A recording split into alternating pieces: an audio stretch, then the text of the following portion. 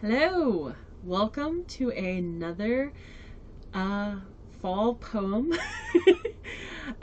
This will be two poems this time, and we will be honoring Edgar Allan Poe and a man who I don't I don't know much about Poe, but I assume he had a pretty tough life.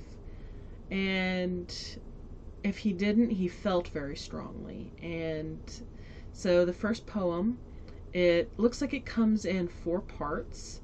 So it's kind of a long poem, but not still very, very long. So I'm still going to do that followed by a shorter poem. And it's The Bells.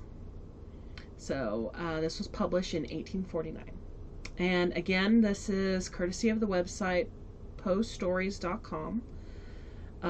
So if anyone says, why are you picking this specific order? It's the order that they had listed, and I'm just kind of going down the line. I may skip some, but I may not. We'll just see. Play it by ear. So, here, the sledges with the bells, silver bells. What a world of merriment these melodies foretells! How they tinkle, tinkle, tinkle in the icy air of night, while the stars that oversprinkle all the heavens seem to twinkle with a crystalline delight, keeping time, time, time in a sort of runic rhyme to the tintinnabulation that so musically swells from the bells, bells, bells, bells. Bells, bells, bells, from the jingling and the tinkling of the bells. Hear the mellow wedding bells, golden bells. What a world of happiness their harmony foretells. Through the balmy air of night, how they ring out their delight from the molten golden notes, and all in tune. What a liquid ditty floats to the turtle dove that listens while she gloats on the moon. Oh, from out the sounding cells, what a gush of euphony voluminously wells. How it swells, how it dwells on the future, how it tells of the rapture that impels to the swinging and the ringing of the bells, bells, bells, of the bells, bells, bells, bells, bells, bells, bells, to the rhyming and the chiming of the bells. Hear the loud alarm bells, brazen bells, what tale of terror now they turbulency tells to the startled ear of night, how they scream out their affright, too much horrified to speak, they can only shriek, shriek, out of tune, in a clamorous appealing to the mercy of the fire, in a mad exultation with the deaf and frantic fire, leaping higher, higher, higher, with a desperate desire, and a resolute endeavor, now to sit or never, by the side of the pale-faced moon. Oh, the bells, bells, bells, what a tale their terror tells of despair! How they clang and clash and roar, what a horror they outpour on the bosom of the palpitating air, yet the ear it fully knows, by the twanging and the clanging, how the danger ebbs and flows, yet the ear distinctly tells in the jangling and the wrangling, how the danger sinks and swells by the sinking or the swelling in the anger of the bells, of the bells, of the bells, bells, bells, bells, bells, bells, bells, in the clamor and the clangor of the bells. Hear the tolling of the bells, iron bells. What a world of solemn thought their monotony compels. In the silence of the night, how we shiver with affright at the melancholy menacing of their tone. For every sound that floats from the rust within their throats is a groan. And the people, ah, the people, they that dwell upon the steeple, all alone, and who tolling, tolling, tolling, in that muffled monotone, feel a glory in so rolling on the human heart a stone. They are neither man nor woman, they are neither brute nor human, they are ghouls, and their king is who tolls, and he rolls, rolls, rolls, rolls, rolls.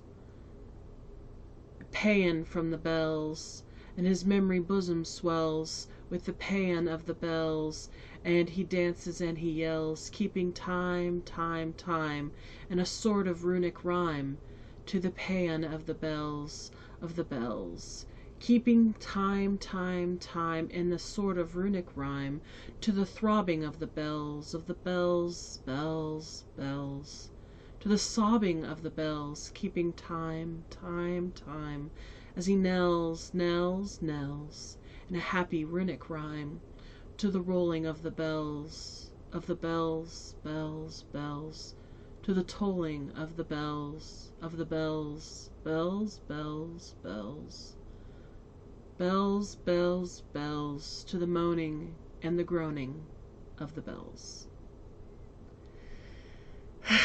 I apologize for any mispronunciations or brutalization of these poems. I'm doing my best. But, you know, I'm probably not doing it justice. So, the second poem is The City by the Sea, published in 1831.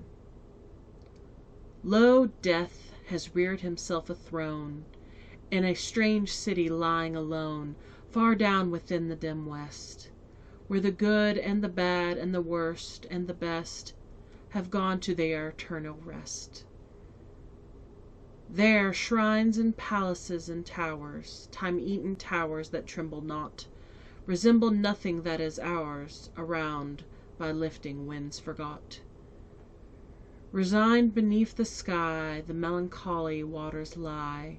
No rays from the holy heaven come down on the long night time of that town. But light from out the lurid sea streams up the turrets silently, gleams up the pinnacles far and free, up domes, up spires, up kingly halls, up fanes, up Babylon-like walls, up shadowy long forgotten bowers of sculptured ivy and stone flowers, up many and many a marvelous shrine, those wreathed friezes intertwine, the viol, the violet, and the vine, resignedly beneath the sky, the melancholy waters lie. So blend the turrets, the shadows there, that all seem pendulous in air, while from a proud tower in the town Death looks gigantically down. Their open fanes and gaping graves yawn level with luminous waves, but not the riches there that lie in each idol's diamond eye, not the gaily jeweled dead tempt the waters from their bed. For no ripples curl, alas, along the wilderness of glass, no swelling tell that winds may be upon some far-off happier sea, no heaving hint that winds have been on seas less hideously serene. But lo, a stir is in the air, the wave, there is a movement there, as if the towers had thrust aside in slightly sinking and dull tide, as if their tops had feebly given a void within the filmy heaven. The waves have now a redder glow, the hours are breathing faint and low, and when amid no earthly moans, down, down, that town shall settle hence, hell rising from 1,000 thrones shall do it reverence. Man, I have to say, whenever I go through Poe's things, it's just, it stirs a lot of emotion. There's so much evocative